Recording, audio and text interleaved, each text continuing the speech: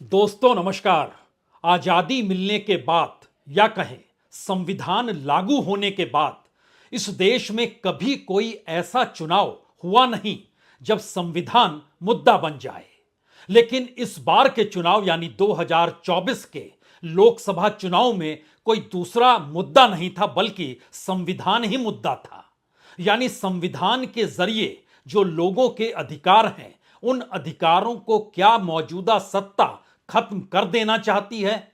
यह सवाल राजनीतिक तौर पर इतना बड़ा हो गया कि 2024 का जनादेश पूरे तरीके से इस देश में निचले तबके कहें, पिछड़े तबके कहें, शेड्यूल कास्ट कहें, शेड्यूल ट्राइब कहें, माइनॉरिटीज कहें, सबको दायरे में ले आइए और संविधान से मिले अधिकारों को लेकर यह सवाल बार बार उन समुदायों के भीतर उभरने लगा, क्या वाकई इस देश में राजनीतिक सत्ता संविधान बदल सकती है, संविधान में मिले अधिकारों को खत्म कर सकती है। जो हक और न्याय की प्रक्रिया संविधान के जरिए मिली है, क्या उस पर राजनीतिक सत्ता सीधे तौर पर चोट करने जा रही है? और बहुमत की ताकत अगर उसके पास आ गई तो इस देश का संविधान भी क्या बदल दिया जाएगा?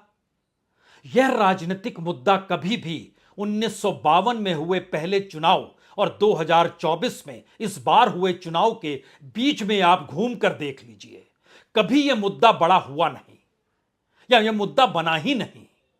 लेकिन इस बार ऐसा हो गया।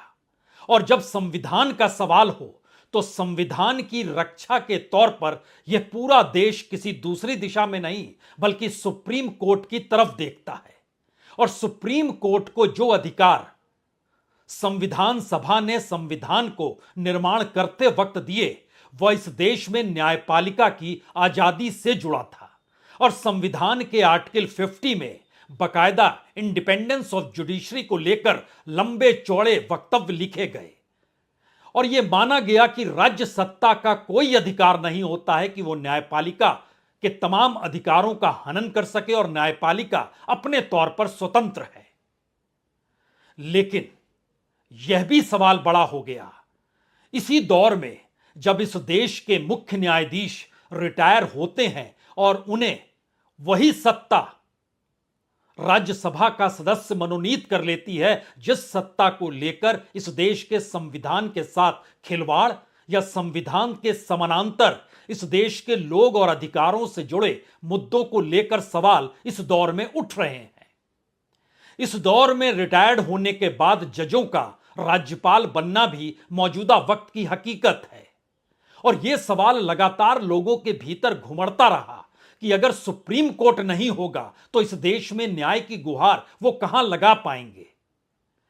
और एक पूरी प्रक्रिया के तहत बार बार सुप्रीम कोर्ट की मौजूदगी और मौजूदा वक्त में मुख्य न्यायाधीश चंद्रचूड़ की मौजूदगी ने इस देश के भीतर सांसों में तेजी लाई, धड़कनें बढ़ाई और राजनीतिक तौर पर और सामाजिक और आर्थिक परिस्थितियों के मद्देनजर एक ताकत दी कि जब तक सुप्रीम कोर्ट है, चीफ जस्टिस चंद्रचूड़ की मौजूदगी है, सरकार दाएं बाएं इस देश के लोगों से खिलवाड़ नहीं कर सकती है।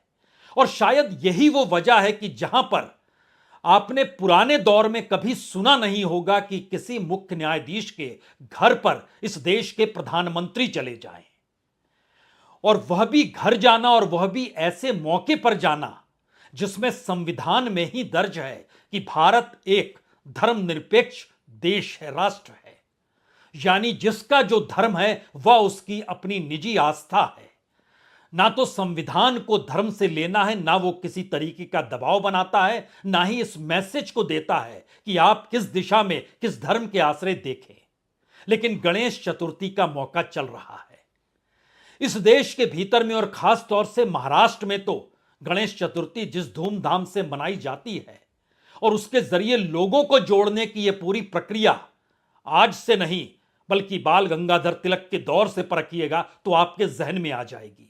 लेकिन राजनीतिक मुद्दा इस देश में अगर नफरत और तोड़ने का बड़ा हो चला हो और यह सवाल भी बड़ा हो चला हो कि बीजेपी राष्ट्रीय राजनीतिक तौर पर खुद को अपने चुनाव प्रचार में भी एक हिंदूवादी पार्टी कहने से घबराती नहीं है, कतराती नहीं है, यहां तक कि उसके चुनाव प्रचार का भी मुख्य हिस्सा हिंदुत्व के इर्द गिर्द रहता है। और यही वजह भी रही कि 2024 के चुनाव से ऐन पहले जनवरी के महीने में अयोध्या में जब राम मंदिर का उद्घाटन हो रहा था और वहां पर भगवान राम की प्रतिमा स्थापित हो रही थी, तो बकायदा पुजारी की भूमिका में प्रधानमंत्री नजर आए और यह माना गया कि उसी तर्ज पर बीजेपी और संघ परिवार इस देश में 2024 के चुनाव को अपने हक में कर लेगा। लेकिन ध्यान दीजिए, धर्म की राजनीति इस देश के सामने जब संविधान के सवाल को लेकर आई तो वह छोटी पड़ गई। यहां तक कि अयोध्या जिस कॉन्स्टिट्युएंसी में आती है, जो फैजाबाद की कॉन्स्टिट्युएंसी है, वहां के पूर्व सांसद जो एक बैठक में कहने से चूके नहीं थे कि अब 400 पार होंगे तो फिर संविधान बदल दिया जाएगा। और इसका जिक्र कई अलग अलग जगहों पर बीजेपी के नेताओं और सांसदों ने किया भी। उसी फैजाबाद की लोकसभा सीट पर जिसके दायरे में अयोध्या आता है, वहां पर बीजेपी चुनाव हार गई। लेकिन आज सवाल उससे जरा से हटके है। सवाल यह है कि मुख्य न्यायाधीश के घर पर गणेश चतुर्थी के मौके पर भगवान श्री गणेश की पूजा करने के लिए प्रधानमंत्री को कौन आमंत्रित करता है। प्रधानमंत्री पहुंचते हैं, उस आमंत्रण की रूपरेखा कौन बिछाता है। प्रधानमंत्री पहुंचते हैं और बकायदा मराठी वेशभूषा में प्रधानमंत्री पहुंचते हैं, जैसे वह अयोध्या में पूजा अर्चना करने पुजारी के तौर पर पहुंचे थे। यहां पर भी वो पहुंचते हैं और एक सवाल इस देश में एक झटके में बड़ा हो जाता है कि सरकार के खिलाफ दर्जनों मामले जब सुप्रीम कोर्ट में पड़े हुए हैं और सुप्रीम कोर्ट में चीफ जस्टिस उन्हीं के निवास पर प्रधानमंत्री की मौजूदगी इस तर्ज पर है, जहां पर धर्म भी यानी बंद कमरे में नहीं, बकायदा उसकी वीडियो रिकॉर्डिंग हुई और वीडियो रिकॉर्डिंग एडिट की गई। 4 कैमरों का इस्तेमाल हुआ है, यानी कैमरामैन भी उस कमरे में पहुंचे थे। यानी बहुत ही सिस्टमेटिक तरीके से इस पूरी अर्चना को इस देश के सामने लाया गया। प्रधानमंत्री ने खुद अपने सोशल मीडिया के हैंडल से जारी भी किया गया। यह मैसेज क्या हो सकता है, इस मैसेज के मतलब है क्या? हमें लगता है आज उस पर क्रमवार बातचीत शुरू हो। आपसे सबसे पहले इस वीडियो को जरूर देख लीजिए।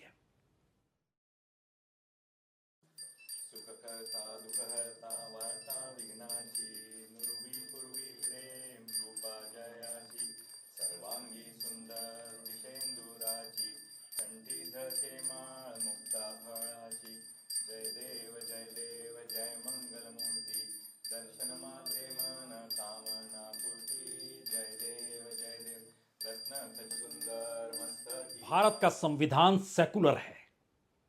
संविधान की रक्षा करने के लिए सुप्रीम कोर्ट है।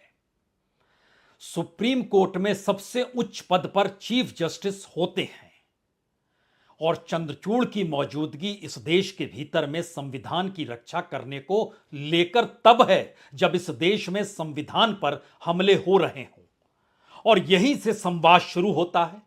बकायदा जजेस को लेकर जो एथिक्स कहते हैं कि एक न्यायाधीश को अपने पद की गरिमा के अनुरूप कुछ हद तक अलगाव का व्यापार करना चाहिए, यानी उसका जो व्यवहार हो वह एक एलूफनेस हो।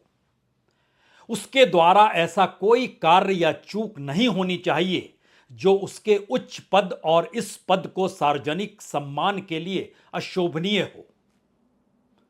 तो क्या इस दौर में प्रधानमंत्री की मौजूदगी गणेश चतुर्थी के वक्त चीफ जस्टिस के साथ भगवान श्री गणेश की आरती उतारते हुए और चीफ जस्टिस का हाथ जोड़कर खड़े रहना, अगर यह तस्वीर सामने नहीं आती तो कोई बात नहीं थी, एक सामान्य सी परिस्थितियां हो सकती थी। लेकिन सवाल सामान्य सी परिस्थिति से आगे का है। 4 दिन पहले याद कीजिए, विश्व हिंदू परिषद ने एक विधि प्रकोष्ठ के नाम पर एक सम्मेलन किया। उसमें इस देश के कानून मंत्री शामिल हुए और उस सम्मेलन के भीतर जो केंद्र सरकार 3 आपराधिक कानून लेकर आई है, उस कॉन्फ्रेंस के भीतर में उसकी खुले तौर पर बड़ाई की गई और कहा गया बहुत सटीक है। और यह सवाल भी उठा कि इस देश में अगर मुख्य न्यायाधीश यानी चीफ जस्टिस की राय या जजों की राय कुछ ऐसी हो चली है तो इस देश में जिसको सरकार द्वारा लाए गए कानून पर कोई आपत्ति होगी तो वो किस दरवाजे को खटखटाएगा। और संविधान का आर्टिकल 50 जब सीधे तौर पर न्यायपालिका की आजादी के साथ इस बात को लिखता है कि राज्यों को साफ निर्देश है कि संविधान है, तो फिर वह बेसिक तौर पर मौजूद है और दिशा निर्देश है कि न्यायपालिका और राज्यपालिका बिल्कुल अलग है। और जब यह भी सवाल है कि कॉन्स्टिट्यूशन सेकुलर है, तो ऐसे में इस तस्वीर के मतलब मायने क्या है? क्या यह कोई मैसेज तो नहीं है? आप सोच रहे होंगे मैसेज का मतलब क्या होता है। इस देश में अयोध्या पर निर्णय देने वाले चीफ जस्टिस रंजन गोगोई राज्यसभा में चले गए और 2 महीने के बाद चीफ जस्टिस चंद्रचूड़ भी रिटायर हो रहे हैं। तो क्या वो कोई रास्ता तलाशा जा रहा है? उस दिशा में ना सोचिए, सिर्फ मौजूदा वक्त की परिस्थितियों के आकलन को समझने की कोशिश कीजिए कि संविधानिक पद पर बैठा हुआ व्यक्ति घर की 4 दीवारी में जो भी धर्म मनाना चाहे मना सकता है, और उसमें भी संवैधानिक पोस्ट में सुप्रीम पद पर बैठा हुआ शख्स अगर सार्वजनिक तौर पर इस बात को बताता है, और वह भी उस प्रधानमंत्री के साथ खड़े होकर जिनकी अपनी पॉलिटिकल पार्टी और सरकार की नीतियां खुद को हिंदुत्व कहने से घबराती कतराती ना हो, तो एक क्षण के लिए आज पहले देश के चीफ जस्टिस चंद्रचूड़ द्वारा दिए गए निर्णयों के बीच भी आपको चलना होगा। तब चीजें कुछ और साफ होंगी। और उस साफ की कतार में पहली बार यह भी सवाल आया कि क्या इससे पहले दिए गए निर्णय भी कहीं कोई राज्य सत्ता के जरिए प्रभावित तो नहीं थे? क्योंकि जिस तरीके से अडानी कांड हुआ और सेबी की भूमिका और स्टॉक मार्केट को लेकर मैनिपुलेशन का जो खेल हुआ, यह मामला जब सुप्रीम कोर्ट पहुंचा तो सुप्रीम कोर्ट ने तमाम गलती बताई, लेकिन कहा अब हम इन्वेस्टिगेट नहीं करेंगे, और एक प्रक्रिया के बाद एक कमेटी बना दी और उसके बाद कहा नहीं, अब कोई जांच नहीं होगी। याद कीजिए, दिल्ली सरकार जो चुनी गई केजरीवाल की सरकार और एलजी की ताकत को लेकर जो फैसला सुप्रीम कोर्ट ने दिया, उस फैसले के बाद भी उन्होंने बीच का रास्ता छोड़ दिया। अब जो करना है सरकार तय करे, संसद के भीतर तय करे, हम कुछ नहीं करेंगे।